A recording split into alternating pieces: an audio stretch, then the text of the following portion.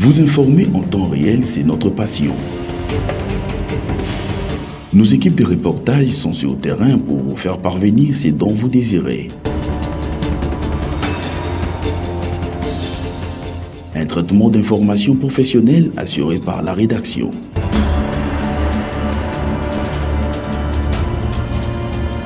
Bienvenue mesdames et messieurs. Et puis dans l'actualité toujours, Tout à fait autre chose. Enfin, le travaux concernant la question Donc c'est testé. C'est par ici que nous mettons un terme à cette...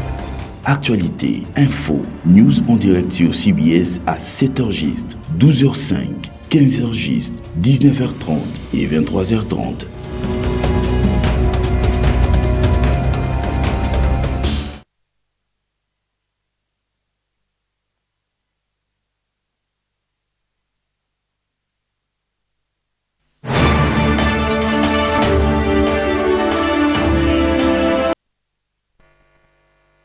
Bon après-midi à toutes et à tous et bienvenue dans ces bulletins d'information. La population de Walendu-Tati, en territoire de Djungu, s'insurge contre toutes les sollicitations du mouvement CRP de Thomas Lubanga pour la déstabilisation de l'Ituri.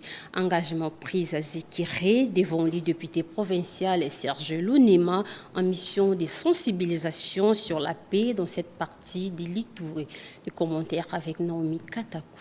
La situation sécuritaire préoccupante sur le littoral du lac Albert n'a pas laissé indifférent le député provincial Serge Lunema lors d'un meeting populaire tenu ce samedi au village Ezekiri, le lit du territoire de Djougou, assis, un ton ferme, exhorté. La population locale a fait preuve de patriotisme en opposant un front commun à toute sollicitation du colonel déserteur de FRDC, Lobo Pissi. Ce dernier est identifié comme l'un des leaders du mouvement politico-militaire CRP accusé de vouloir s'aimer le trouble dans la région. Dans d'autres villes qui sont sous contrôle des mouvements rebelles, vous savez comment la population souffre, vous savez comment les gens sont à des bananes.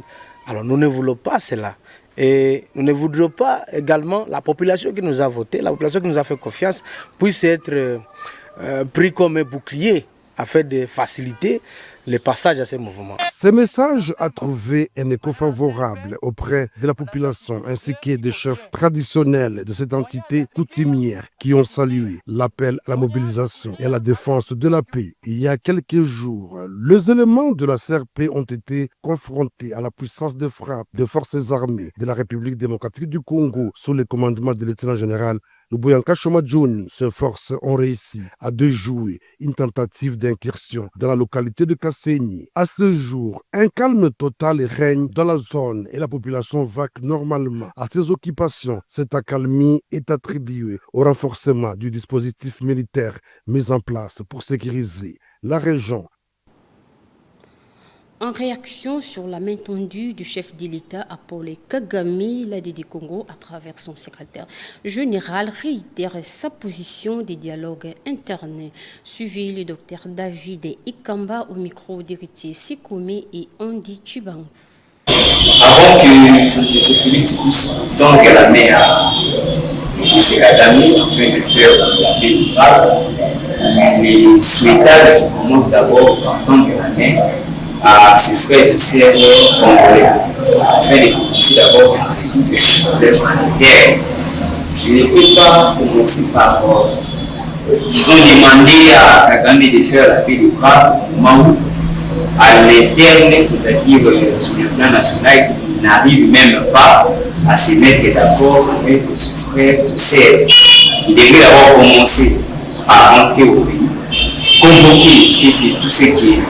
Et tous les Congolais attendent, veulent un dialogue, des assises qui pourront permettre à ce que tous les filles et fils du Congo se mettent autour d'une table. En fait, qu'on puisse savoir, disons, ce qui nous arrive, pourquoi cette situation perdure.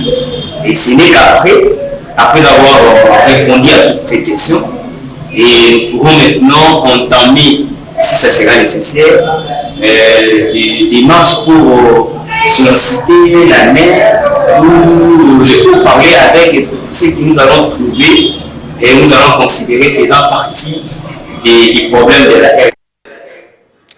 Bouclons ces bulletins en sport et en 24 heures de la rencontre face au Soudan. L'entraîneur de la sélection congolaise, Sébastien Desabre, a expliqué à tout prix l'importance de ces matchs qui est capital pour la RD Congo et de se qualifier pour la Coupe du Monde 2026. On dit Chibango.